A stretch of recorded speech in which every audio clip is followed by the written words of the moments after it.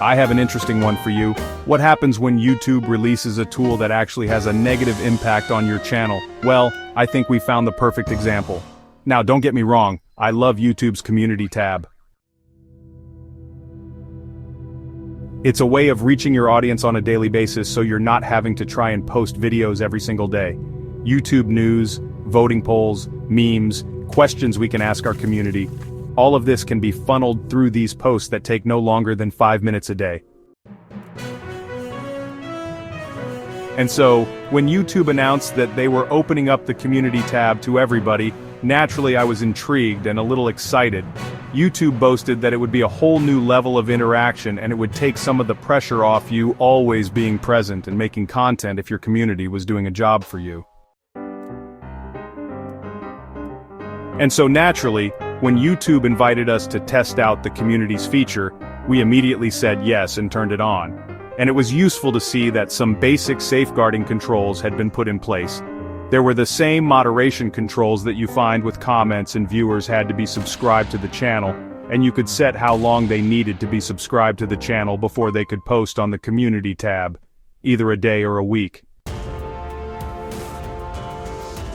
That would of course prevent any immediate trolling of your community posts, so we felt safe turning this feature on.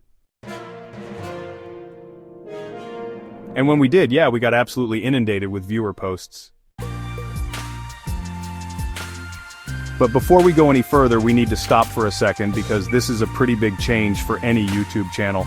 You're essentially going from just the channel creator, us being able to post stuff on our community tab, to absolutely anybody being able to do it.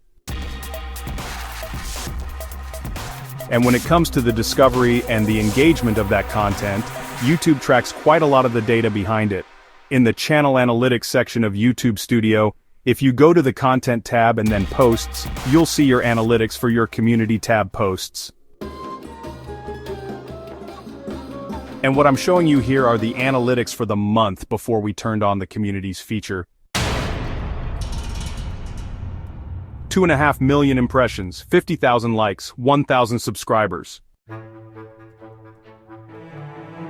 And the very rough numbers tend to be tens of thousands of impressions a day, thousands of likes a day, and a couple of dozen subscribers per day.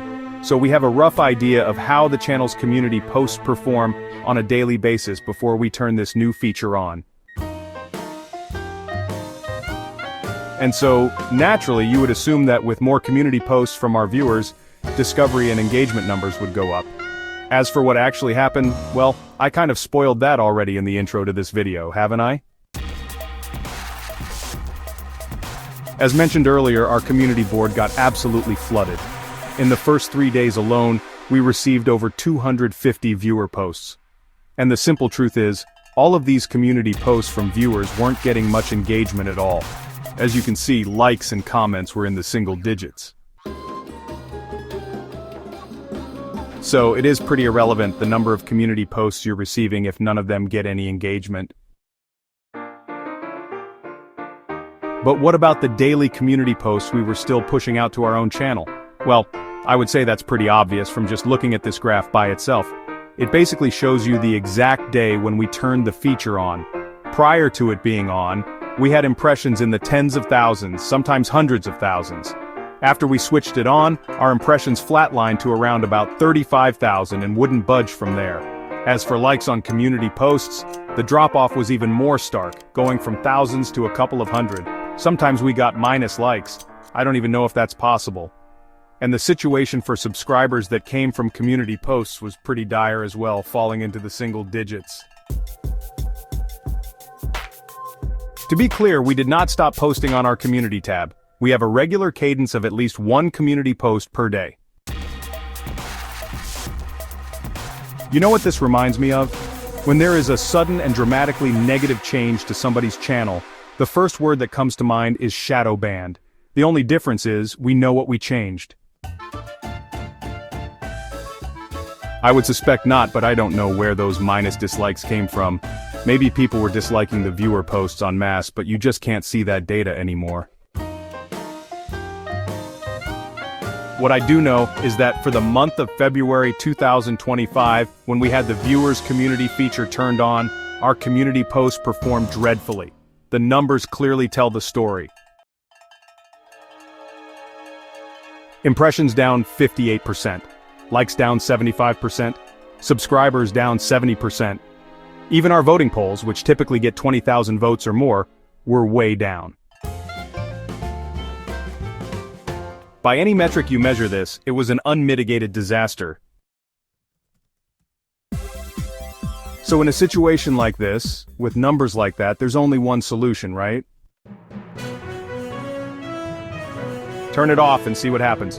And let me tell you this, when you do turn off this feature, it is literally as if it never existed. Not only do the posts disappear from the front end so viewers can't see any posts that were already made, but they all disappear from the back end as well. All the previous community posts will be retrieved if you turn it back on. They appear from the back end as well, but when it's off, there is nothing there. And so, onto those all-important numbers, and here we have another night and day transformation in the positive this time. For the month of February, we had the feature on the first day of March. We turned it off, and you can see that the daily number for impressions, likes, and subscribers all recovered strongly. Impressions up 75%, likes up 200%, subscriber counts up 130%.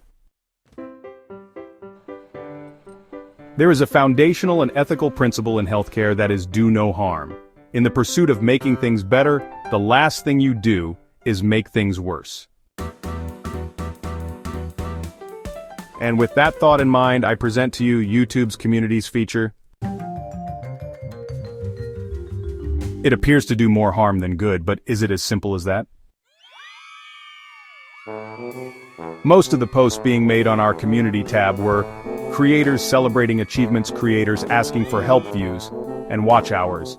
There were also creators promoting their own channels and asking for shoutouts. Oh, and let's not forget creators posting AI pictures of Ronaldo and Messi finally getting along.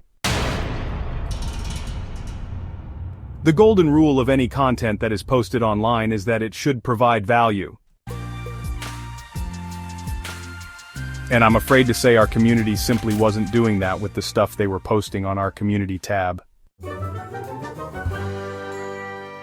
So is it your fault? The vidIQ community can't have nice things. Or is this just what happens when you open up a feature to pretty much anyone on YouTube? To try and compare this, I have been following another channel closely called Froggy Crossing that has had this community feature enabled for months. Now yes, they have got some high engagement posts on their communities feature, but they are definitely the exception rather than the rule. My best guess is that when a channel's community posts go from 1 or 2 a day to more than 50 a day from viewers, that generates an incredible amount of noise. And that's noise that's not been engaged with, and it's not satisfying the users of YouTube either. So, YouTube naturally is going to suppress the discovery of that content from that channel. Actually, you know what this is a really good argument for? Quality over quantity. We know how to speak to our community to give them value and engage with them, whereas our community doesn't necessarily know how to speak to each other and how often to speak to each other. Because yeah, maybe 50 posts a day is a little too much for the YouTube community to have, but not for our Discord group. If you want to join it, link is in the description. So, is the YouTube Communities feature a lost cause? I don't think so, and actually I think there's a really easy way to fix this. The evidence so far clearly suggests that opening up this feature to just all subscribers is too broad.